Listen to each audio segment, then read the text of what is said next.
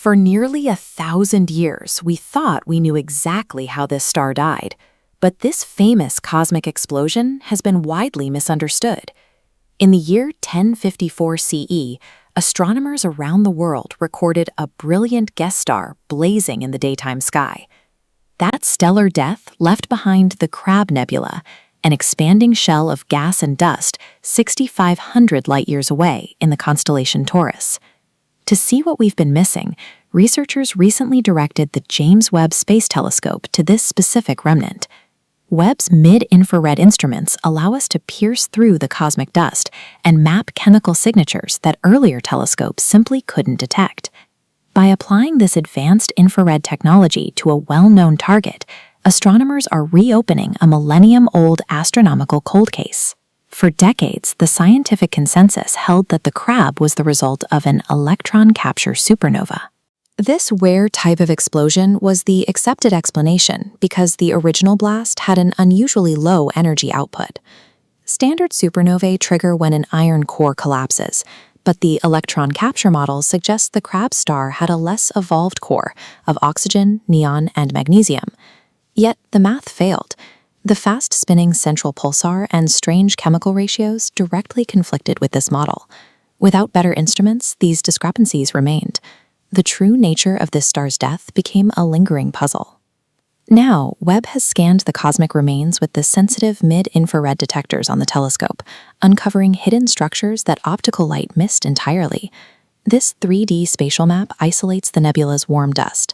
Instead of a uniform cloud, it forms a distinct magenta cage-like structure along the outer filaments.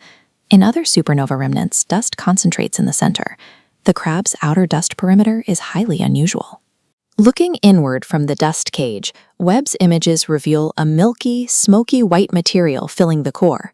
This is synchrotron radiation. These ribbons of radiation trace the intense magnetic field lines powered by the Crab pulsar, a rapidly spinning, city-sized neutron star. As electrons whip around these magnetic fields at relativistic speeds, they emit the white glow we see here. The spatial separation of the outer dust cage and the inner radiation engine shows that the physical architecture of the Crab Nebula is far more complex than earlier models predicted. To understand how this structure formed, we have to look at how it moves through time. Astronomers used a 25-year baseline of optical tracking data from the Hubble Space Telescope to measure the nebula's ongoing expansion. This velocity map plots the outer filament's trajectory. Expanding material moves outward at 1,500 kilometers per second, but is measurably slower along the equatorial plane. This indicates the explosion slammed into a dense, disk-like structure of pre-existing gas, shed earlier by the dying star. Both the internal segregation of dust and the asymmetrical expansion map point to a highly specific death event. To definitively categorize that event, astronomers needed a precise chemical breakdown. Using Webb's mid-infrared instrument, researchers conducted a chemical analysis on specific emission lines within the ejecta. They were looking for the exact abundance of nickel relative to iron. This ratio is the key indicator of the progenitor's core composition at the moment of collapse. Old optical measurements suggested a nickel-to-iron ratio 10 times higher than our Sun's.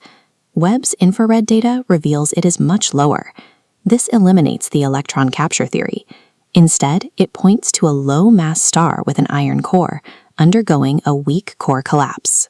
By securing a single, precise chemical measurement, researchers have redefined the likely mechanism behind the birth of this iconic supernova remnant. Combining Webb's deep chemical precision with Hubble's long-term expansion tracking has forced textbooks on the Crab Nebula to be rewritten. In astronomy, applying new technological eyes to a familiar object will reliably expose facts we couldn't see before. Which model do you find more compelling? The old electron capture theory or the new weak iron core collapse? Let us know in the comments. Be sure to subscribe and click the video on your screen to see what Webb just uncovered deep inside the Orion Nebula. Thanks for watching.